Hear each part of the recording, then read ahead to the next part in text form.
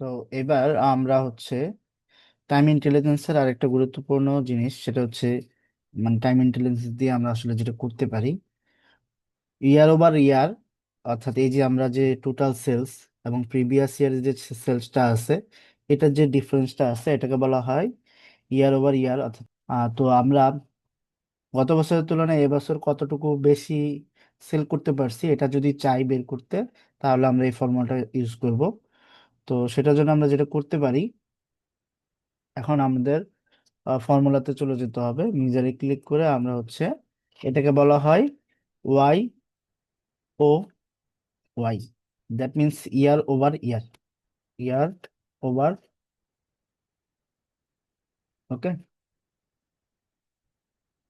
তো এটা বের করার জন্য আমরা যেটা করব সেটা হচ্ছে আমাদের যে টোটাল সেলসটা আছে, টোটাল সেলস এই মেজার থেকে আমাদের প্রিভিয়াস ইয়ারের যে মেজারটা আমরা বের করছিলাম অলরেডি প্রিভিয়াস ইয়ার, তো ওইটা করে দেবো, তাহলে বের হয়ে যাবে আমাদের ওয়াই টু ওয়াই ডিফারেন্সটা।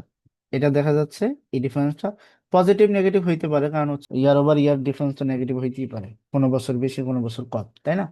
এখন এটা যদি আমরা পার্সেন্টেজ আকারে দেখতে চাই যে গত বছরের তুলনায় এই বছর কত পার্সেন্ট বৃদ্ধি পাইছে, হ্যাঁ, এরকম টাইপের যদি কম্পারিজন দেখতে চাই, তাহলে আমরা হচ্ছে ইয়ার ওভার ইয়ারটাকেই আমরা হচ্ছে পার্সেন্টেজে চিন্তা করবো, পার্সেন্টেজে বের করব। সেটা কিভাবে বের করতে হয়, সেম এই জায়গায় যাব, মেজারে ক্লিক করে আমরা হচ্ছে ইয়ার ওভার, তো এত ফুল নেমে না দিয়ে আমরা অনেক সময় শর্ট ফর্মে দেই এভাবে করে, সেটা হইতে পারে ওয়াই ও ওয়াই, তো এভাবে করে হইতে পারে।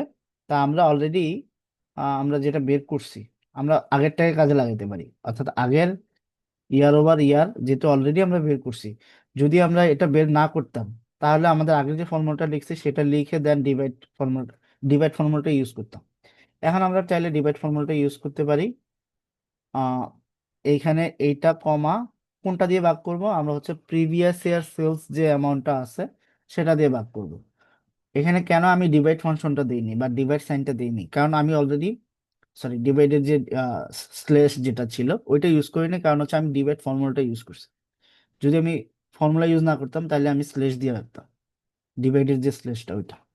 তো এখন আমরা হচ্ছে প্রিভিয়াস ইয়ার সেলসটাকে দিব, ওইটা দিয়ে ভাগ করব, ব্র্যাকেট ক্লোজ করব, চেক করব, এখানে দেখা যাচ্ছে ডিফারেন্সটা চলে আসবে। এখানে এটা এটা নর্মালি ইর সাথে দেখাচ্ছে, এখান থেকে পার্সেন্টেজে চেঞ্জ করে দিই, ডেসিমাল পয়েন্ট দুইটা দিব, আর এইটা ওকে করে দিই, অর্থাৎ এগুলোকে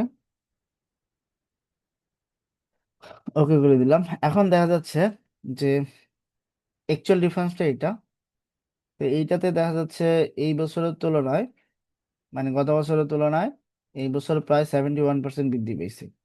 আবার 2019 সালে 2018 সালের তুলনায় 10% বা 11% রিডিউস হয়েছে আর কি।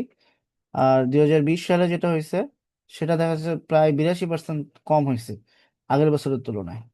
আর এটা হওয়ার কারণ হচ্ছে 2020 সালে তো অল্প কয়েক মাসের সেল অলরেডি আছে, মাত্র 3-4 মাসের সেল আছে, তো এই কারণে ওইটা কম হওয়ার চান্স আছে। তো পুরো বছর গেলে হয়তো এটার অ্যামাউন্টটা চেঞ্জ হবে।